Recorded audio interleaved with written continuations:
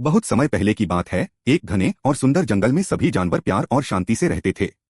पेड़ हरे भरे थे, नदियां कलकल बहती थीं और चारों ओर हरियाली ही हरियाली थी।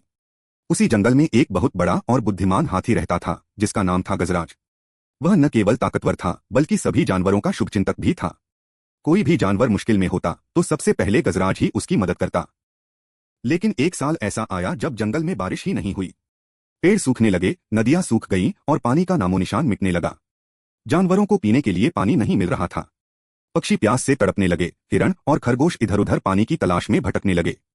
पूरा जंगल चिंता में डूबा था। गजराज कहता है, हमें कुछ करना होगा। अगर हमने जल्दी कोई उपाय नहीं किया तो हम सभी मर सकते हैं। सभी जानवर उसकी ओर उम्मीद भरी नजरों से देखने लगे। गजराज कुछ देर के लिए सोच में पड़ जाता है और थोड़ी देर बाद वहां से चला जाता है। गजराज ने अपने जीवन का अनुभव और अपनी सूंघने की ताकत का उपयोग किया। वह कई किलोमीटर दूर तक जंगल में चलता गया। 3 दिनों की लंबी यात्रा के बाद गजराज को एक सूखी जमीन पर कुछ नमी महसूस हुई। उसने अपनी सूंड से जमीन खोदनी शुरू की।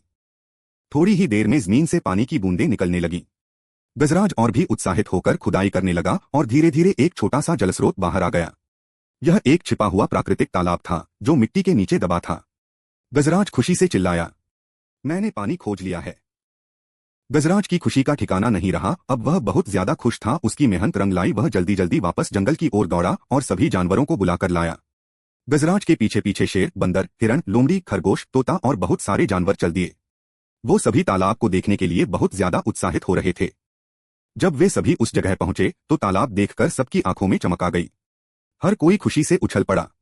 सभी ने पानी पिया, नहाया और राहत की सांस ली। कुछ ही दिनों में पानी मिलने से पेड़ पौधे भी फिर से हरे भरे हो गए। जानवरों के चेहरे पर फिर से मुस्कान लौट आई। एक दिन सभी जानवर तालाब के आसपास खड़े थे। फिर बंदर कहता है, गजराज भैया, अगर आप न होते तो हम सब खत्म हो जाते। ये सुनकर सभी हंसने लगते हैं। और फिर शेर कहता है, इस सब का श्रेय गजराज को जाता है। उसकी बुद्धिमानी, निस्वार्थ और साहस से हम सभी फिर से खुशहाल हैं। और इस तरह जंगल फिर से हरा भरा हो गया।